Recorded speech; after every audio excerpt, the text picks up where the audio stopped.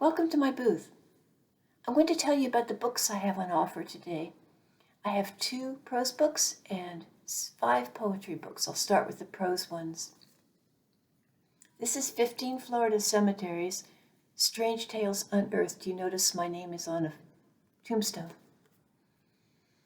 So this book has some very strange tales in it.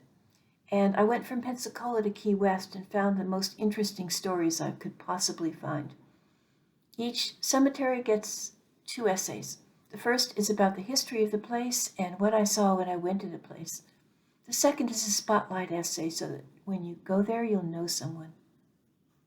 Okay, this one is called Not Feathers Yet, A Beginner's Guide to the Poetic Life, and I'd like to show you the back. This right here is my all-time favorite author cover. Author picture. It's called Not Feathers Yet, A Beginner's Guide to the Poetic Life. And it's not a craft book exactly. It's a big sister I wish I had when I started writing. And I wrote it exactly how I'm talking.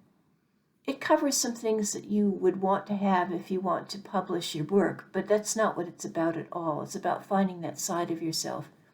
So it covers editing. It covers how to put a chapbook together, how to put a book together, how to do a knockout reading, and some unusual things like how to live with a non-poet, which I think is a critically important topic. So we're to the poetry. This is my first poetry book that I have. I'm starting from the present and working backwards. It's called Asylum, and the picture on the cover is an insane asylum. And the subtitle is Improvisations on John Clare. Reason I did that was that the book is made up of sections of completely different orientations. There's a humorous section, there's one in North Yorkshire, there's all kinds of stuff that really doesn't fit together in normal terms. So I used John Clare's diary when he escaped his own asylum, a literal asylum, and it fit my own journey perfectly, just perfectly. So I'm just going to do a little bit from that to begin with. It begins at the beginning, mortality. Every thrown stone falls, but there is a moment first as it hangs in the air, that the blurred hand that tossed it will not come again, thinks the stone as it flies. And then I'm going to do 3 tiny little poems. First one is called Luckily Beauty. Far over my head, an eagle crosses the dappled light and vanishes.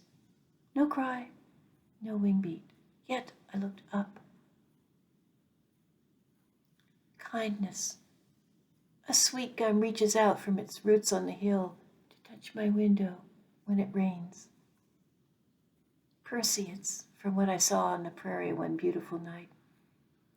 An eyebrow of light trailing a red cloud hisses out in the dark sky waters, on which still float a million stars.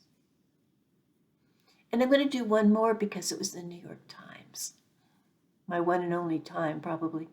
It's called The Hedgehog, and it's from a section of North Yorkshire. Yesterday, along a wall track, I came upon a brown brush, just the size of my hand. From it poked a narrow snout that, when it sensed my boot, pulled away as fast as it could. I know that rush, that flight. Real fear, imagined fear. It makes no never mind. There is something huddled in us all. Okay. Next, this is called The Grace to Leave, and it's about leaving everything, your body, your relationships, and finally your life. And I'm going to read one because I like to read something every time I do a reading, because I find that I don't read exactly the same way as I tell, and so I think it's interesting to have the difference. This is called Capillaries. First section is about strange parts of my body. I love how they are so narrow even a kayak couldn't turn, trapped in a bend between tidal grasses, flattened where an alligator may have slept at noon. I love how they rise and fall with the pull of my breath, how they carry messages like tubes in banks, swishing up and out of sight. I love that my body has many tributaries like these, fine as hairs lit by oxygen. I love that these tiny rivers never position themselves in front of me saying, "Don't you get it? I need, I need." I love that without my participation, a bright red cardinal hopped on the feeder this morning and fed a white seed to its roughly adolescent's open beak. There are so many reasons to be happy in this world. We're going to do one more poem from this book, which is one of the many reasons I am happy in this world. And it's called Nana. It's about the little girl on the cover of the other book when she was born. Each drop of sea contains all the fish that have ever lived. Each grit of sand, the heart of all the rocks that have risen above the land or laid upon it. When Ava, who is 10 days old today, cries,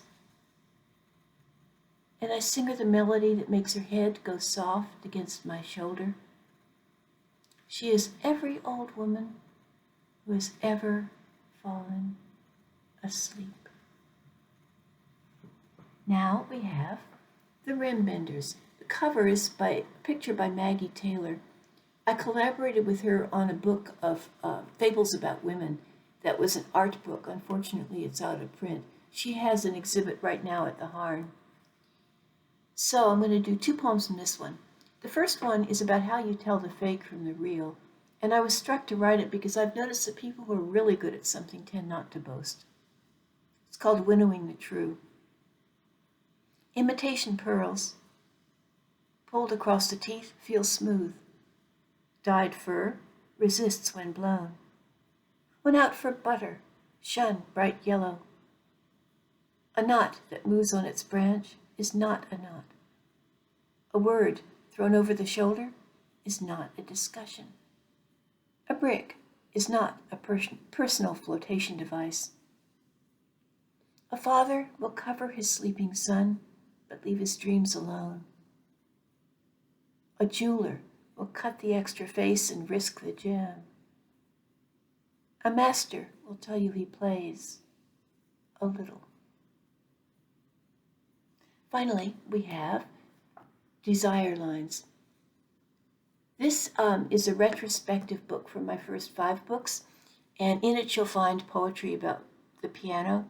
You'll find a lot of monologues set in 18th and 19th centuries. I used to write lots of those. And all sorts of things that aren't in any other book. And the title poem, Desire Lines, has to do with the interstate highway system. That when they built it, the engineers, trying to figure out where to put the roads, had hearings around the country.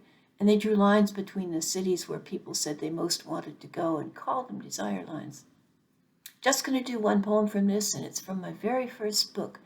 And I'm doing this one for reasons I think you'll understand once you hear it. Grandmother speaks of the old country. That year, there were many deaths in the village. Germs flew like angels from one house to the next, and every family gave up its own. Mothers died at their mending. Children fell at school. Of 320, there were 11 left. Then, quietly, the sun set on a day when no one died. And that evening, as your grandfather sat on the stone steps, he felt a small wind on his neck when all the trees were still. And he would tell us always how he had felt that night on the skin of his own neck, the angels passing. May it be so. Thank you for coming.